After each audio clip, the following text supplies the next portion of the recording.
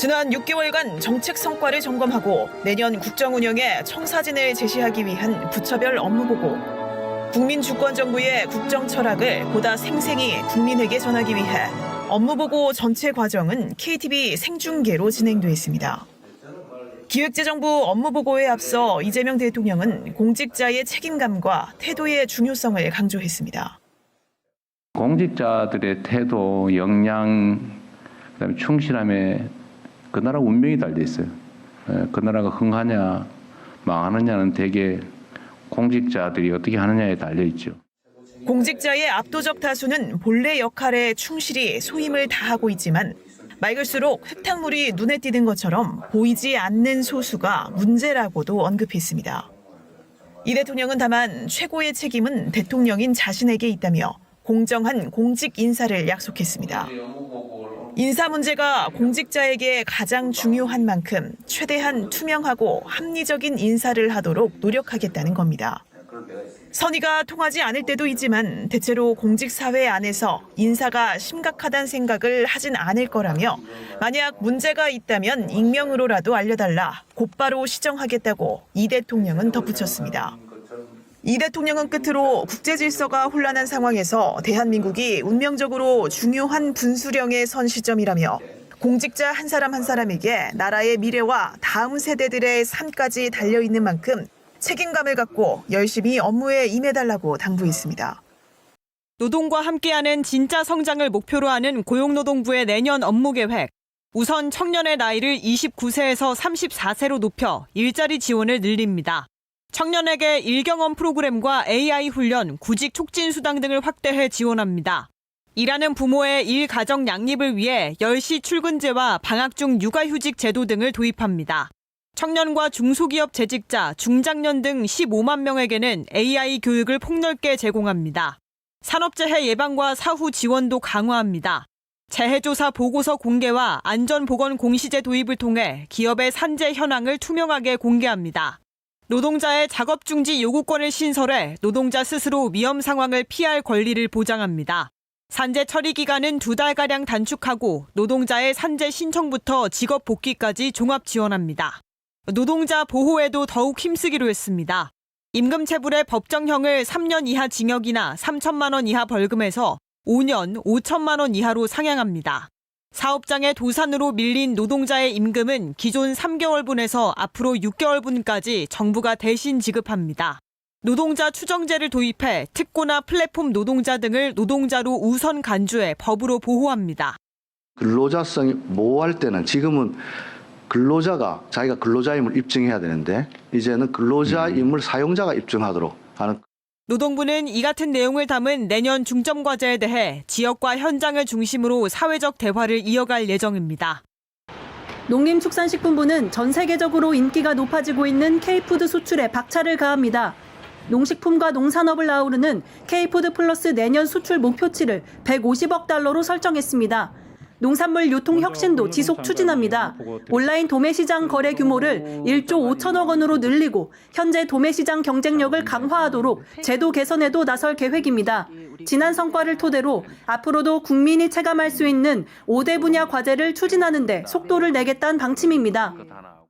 농식품부는 국민주권정부 출범 후 약 6개월 동안 국민 체감형 성과 창출을 위해서 전력을 다했습니다.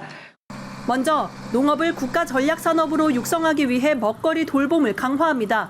이를 뒷받침하기 위해 내년 식량안보법 제정을 준비하고 쌀 외에 곡물 재배를 확대합니다. 또 지난 정부 중단된 초등학생 과일 간식과 임산부 친환경 농산물 꾸러미 사업을 재개하는 한편 1,000원의 아침밥 사업 대상을 직장인까지 확대할 방침입니다. 인력난과 기후변화에 대응할 해법으로 AI 접목을 추진합니다. 농업, 농촌 분야의 AI 상용화와 금융 자금 지원에 3,563억 원을 투입하고 스마트 육성지구를 내년 15개소까지 확대하는 동시에 AX 플랫폼을 도입합니다. 농가의 소득 안전성도 보장합니다. 공익직불금 확대와 함께 내년 가격안정제를 새로 도입해 기초소득 안전망을 강화하고 수입안정보험 등 선택적인 안전망도 확충합니다. 농업 미래를 이끌어갈 청년농 육성을 위해 이들의 성장과 은퇴까지 체계적으로 지원하겠다는 계획도 덧붙였습니다. 아울러 농촌 소멸 대응 방안으로는 내년부터 기본소득 시범 사업을 추진합니다.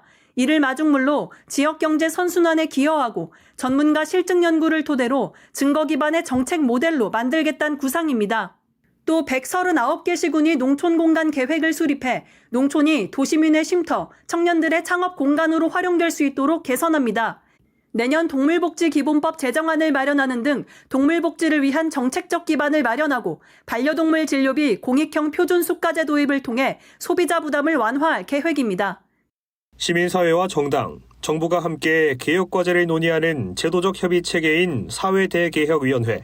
지난 2일 위원회 설치와 운영 규정이 대통령령으로 제정되면서 법적 기반이 마련됐고 오는 15일 공식 출범합니다.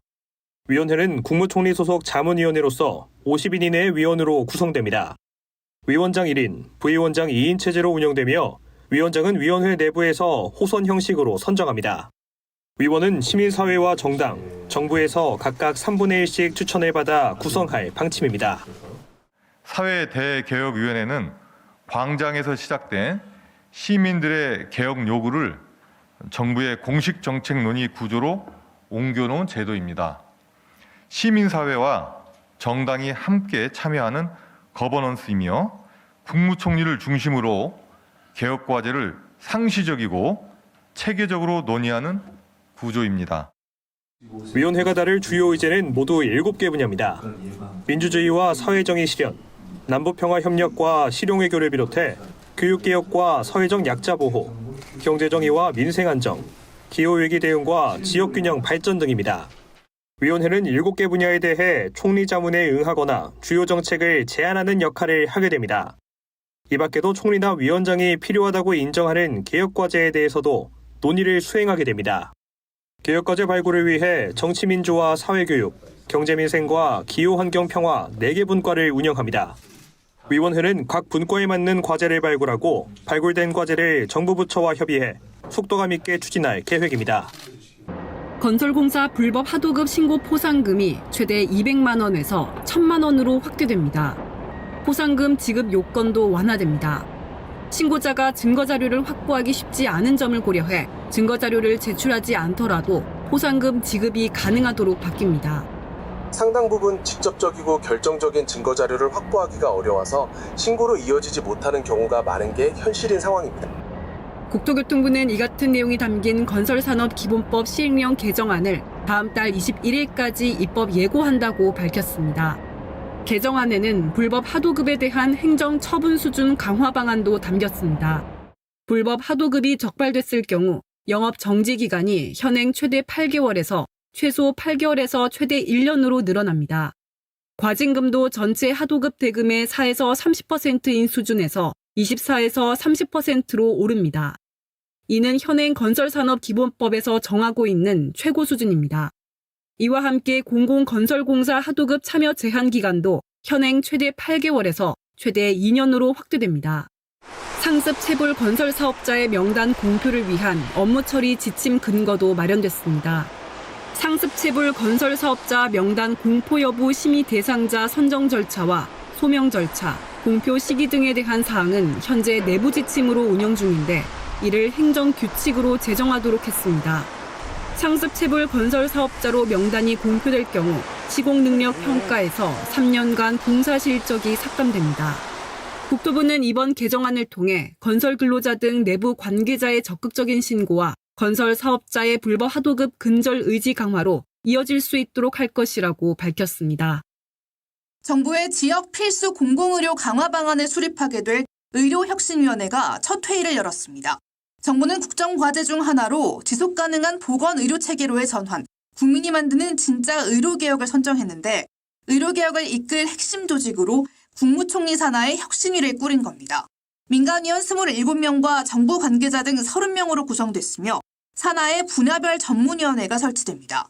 위원장으로는 소아청소년과 전문의로 코로나19 유행 당시 국립중앙의료원장을 지낸 정기현 원장이 선임됐습니다. 혁신위는 집중적 논의를 통해 매월 개최하고 심층 검토가 필요할 때 전문의나 소위 등을 구성해 운영할 계획입니다. 의제로는 큰 틀에서 초고령화와 지역 필수 공공의료 강화 두 가지 축을 중심으로 발굴할 계획입니다. 이와 함께 국민 참여에도 방점을 뒀습니다. 의료혁신 시민 패널을 운영하며 공론화가 필요한 주제에 대해서는 시간이 다소 걸리더라도 충분한 논의를 거친다는 계획입니다. 향후의 어떤 토론회, 공청회, 기타 이제 지역 의료, 특히 필수 의료 관련돼서 현장 방문이라든가 지역에서의 회의 같은 것들도 병행해서 폭넓은 국민 의견 수렴 과정을 거치겠다는 말씀을 드립니다. 향후엔 온라인 플랫폼도 운영해 시민 패널이 아닌 사람도 정책에 대해 상시 제언할 수 있도록 하기로 했습니다. 정기현 위원장은 장기간 방치된 의료체계 왜곡과 모순을 바로잡고 시대적 변화, 국민 요구에 부응하는 새로운 의료 시스템의 모델을 제시하는 것이 위원회의 과업이라고 말했습니다. 혁신위는 민간위원과 시민 패널 수기를 거쳐 의제를 내년 3월까지 확정하고 향후 권고나 개선 방향의 형태로 발표한다는 계획입니다. 국가데이터처가 발표한 통계에 따르면 지난해 연간 일자리는 2,671만 개, 1년 전보다 6만 개, 즉 0.2% 느는 데 그쳤습니다. 증가율과 증가폭 모두 2016년 통계 작성 이래 가장 낮은 수준입니다. 국가데이터처는 일자리가 크게 늘지 못한 주요 원인으로 건설업 부진을 꼽았습니다. 건설업의 경기 침체에 따라서 일자리 감소가 많이 발생을 했습니다. 건설업에서 파생되는 제조업, 도소매업도 같이 영향을 좀 받은 것으로 보이고요. 그 영향으로 인해 일자리 규모가 많이 늘지 않은 그런 상황입니다. 임금근로 일자리도 2,175만 개로 전년보다 2만 개 감소했습니다. 그러나 비임금 근로 일자리는 오히려 8만 개 증가, 496만 개로 집계됐습니다. 연령별로 살펴보면 50대 일자리가 약 24%로 가장 비중이 컸고 40대와 30대가 뒤를 이었습니다. 20대와 40대에서는 일자리 감소가 나타났습니다. 20대 일자리는 전년 대비 15만 개, 40대는 17만 개 줄었습니다. 반면 60대와 70세 이상에서는 15만 개로 일자리 증가폭이 컸습니다. 성별로도 다른 흐름을 보였습니다. 남성의 일자리는 1,501만 개로 1년 전보다 6만 개 감소했지만 여성 일자리는 1,170만 개로 11만 개 늘어난 것으로 조사됐습니다. 국민성장펀드가 출범합니다. 하나, 둘, 셋. 국민성장펀드가 출범했습니다. 첨단 산업에 5년 동안 150조 원을 지원해 경쟁력을 강화하는 게 목표입니다. 정부 보증 채권과 민간 자금이 각각 절반씩 투입됩니다. 산업과 금융이 융합할 때 국민성장펀드는 비로소 혁신 기업들에게 가장 필요로 하는 시점에 가장 효과적인 방식으로 자원을 공급하는 강력한 엔진이 될 수 있습니다. 같은 날 펀드 운용 자문기구인 전략위원회도 첫 회의를 열고 투자 구조를 공개했습니다. 150조 원 가운데 AI 투자에 가장 많은 30조 원이 편성됐습니다. 반도체와 모빌리티, 바이오, 수소 등 12개 산업에 탄력적으로 배분되고 벤처 스타트업과 중소기업까지 폭넓게 지원합니다. 자본 투자는 직간접 지분 투자와 인프라 투융자, 초저리 대출 등 다양한 방식으로 산업 생태계 수요에 맞춰 이뤄집니다. 자금의 40% 이상을 지방에 투입하는 것도 원칙입니다. 의사결정 구조는 투자심의위와 기금운용위 두 단계로 단순화해 속도를 높입니다. 금융과 산업계 최고 전문가로 구성해 공정성과 투명성을 갖추었다는 설명입니다. 현재 지방자치단체와 산업계에서 153조 원 넘는 100여 건의 투자 수요가 접수된 상태입니다. 정부는 초기 프로젝트 선정을 위한 실무 검토를 진행하고 있다고 밝혔습니다. 내년 초부터 자금이 집행될 수 있도록 준비 절차에 속도를 낼 계획입니다. 이재명 대통령이 오는 15일 통룬 시술릿 라오스 국가주석과 정상회담을 개최합니다. 시술릿 주석은 이 대통령의 초청으로 전날 우리나라를 방문합니다. 올해 한 라오스 제수교 30주년을 계기로 양자회담이 열리는데 라오스 정상의 방한은 12년 만입니다. 대통령실은 두 정상이 교육과 투자, 인프라, 공급망은 물론 온라인 스캠 범죄와 같은 초국가적 범죄 대응을 위한 협력을 위해 심도 있는 논의를 진행할 거라고 밝혔습니다. 대통령실 관계자는 이번 양자회담이 올해 마지막 정상외교 일정이 될 가능성이 높다고 밝혔습니다. 숨고르기 이후 내년에 이루어질 정상외교를 위한 실무 차원의 물밑 조율은 분주하게 이루어지고 있습니다. 일본의 다카이치 사나이 총리와 셔틀 외교 복원 의지를 거듭 확인한 이 대통령은 새해 첫 정상 외교 무대로 일본을 택할 거란 관측이 나옵니다. 또 에이펙 계기로 만난 시진핑 중국 국가주석의 초청으로 이 대통령의 방중도 이어질 전망입니다. 앞서 이 대통령은 지난 6월 취임 직후 G7 정상회의를 시작으로 유엔 총회와 아세안 정상회의, 경주 에이펙과 G20 등 다자 외교 일정은 물론 한미 정상회담 등 굵직한 양자 일정을 소화했습니다. 한편 이날 이 대통령에게 신임장을 전달한 신임 주한대사들은 올해 이 대통령이 거둔 외교 성과를 높이 평가하며 각 분야에서 한국과의 협력 강화를 위해 최선을 다하겠다고 밝혔습니다. 통일부가 최근 전국 만 18세 이상 성인 1,005명을 대상으로 전화조사한 결과 64.6%는 북한도 하나의 국가라는 의견에 동의했습니다. 62%는 통일이 필요하다고 했는데 79.4%는 남북한이 전쟁 없이 평화롭게 공존하는 것이 통일보다 더 중요하다고 응답했습니다. 더 많은 국민이 평화 공존을 중요하게 생각한 겁니다. 통일 지향의 평화적 두 국가 관계에 대해선 국민 69.9%가 찬성했습니다. 이를 위해 정부가 가장 우선해야 할 정책으로는 대화 채널 복원, 국제협력과 공공외교 추진 등이 꼽혔습니다. 정부는 내년부터 한반도 평화공존 프로세스를 본격화할 계획입니다. 정동영 통일부 장관도 출입기자 간담회에서 이재명 정부 6개월은 대전환의 시간이었다며 2026년을 평화공존의 새로운 원년으로 만들기 위해 노력할 것이라고 밝혔습니다. 이를 위한 북미 대화 여건 조성을 강조하면서 내년 4월 도널드 트럼프 미국 대통령의 중국 방문을 분수령으로 내다봤습니다. 정 장관은 직접 나서서 중국도 가고 역할을 해볼 생각이라며 미국을 비롯해 중국, 일본 등 핵심 주변국과의 공조를 강조했습니다. 북한이 예민하게 반응하는 한미연합훈련에 대해선 대비태세 강화와 전시작전권 회복을 위해 필요한 것도 사실이라면서도 한반도 평화 달성을 위한 수단이지 목적은 아니라고 설명했습니다. 필요하다면 한미연합훈련을 조정할 수 있다는 의견을 피력한 겁니다.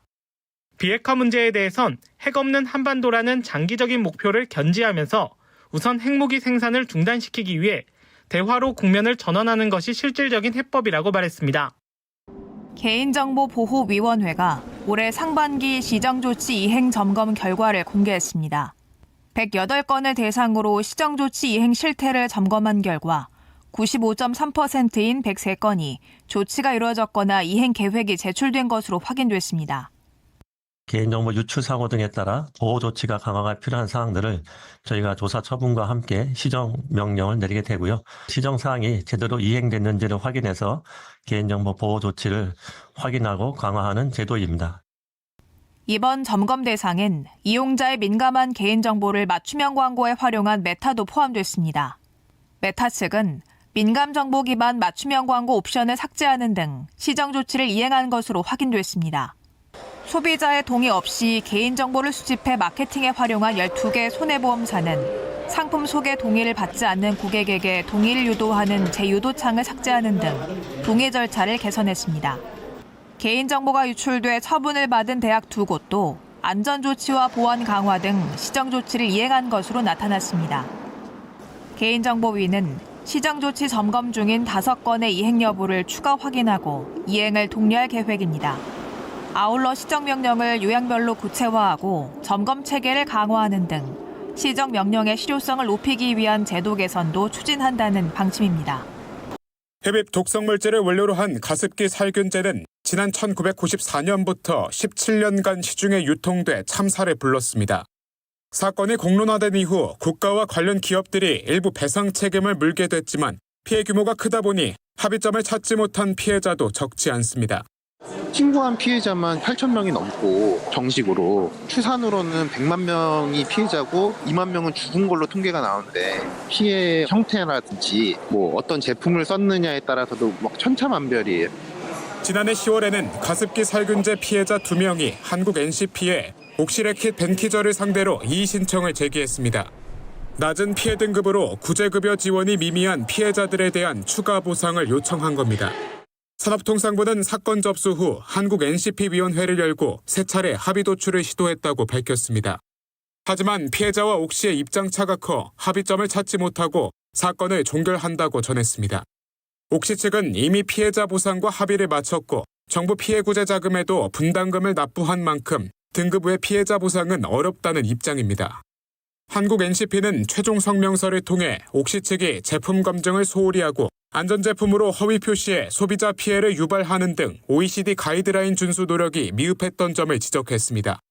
그러면서 소비자 안전 기준을 충족하도록 내부 정책을 개선하고 등급 외 피해자들과 소통을 강화하는 등 실질적 피해 구제를 위해 노력할 것을 권고했습니다.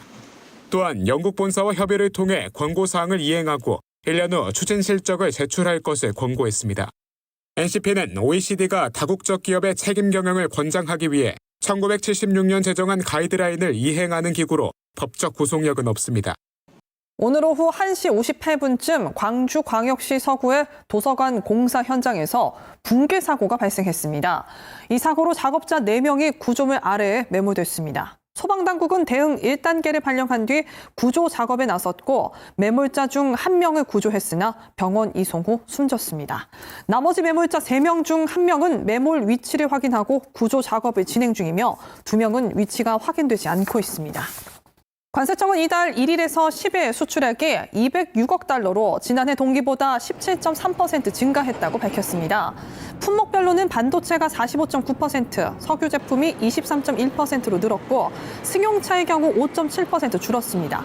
국가별로는 중국과 베트남으로의 수출이 각각 12.9%, 35.8% 증가한 반면 미국은 3.2% 감소했습니다. 같은 기간 수입은 206억 달러로 8% 증가했고 무역 수지는 7천만 달러 적자를 기록했습니다. 정부는 외교부에 국장급 해외 안전기획관과 해외 위난 대응과를 신설해 재외국민 보호 정책 및 사건 사고 예방 대응 기능을 종합적이고 체계적으로 강화해 나갈 계획이라고 밝혔습니다. 영사 안전 콜센터도 확대 개편해 재외국민 보호와 지원 업무를 보다 전문적으로 수행하는 한편 영사 안전국에 총 21명의 인력을 증원한다고 설명했습니다. 특히 우리 국민의 스캠 범죄 연루 피해가 발생한 캄보디아 등 동남아 지역 재외 공간을 중심으로 사건 사고 대응 인력 22명을 증원한 데 이어 이달 말까지 유럽과 미주, 아주 지역에 경찰 주재관, 영사 및 출입국 주재관도 추가 증원할 예정이라고 덧붙였습니다.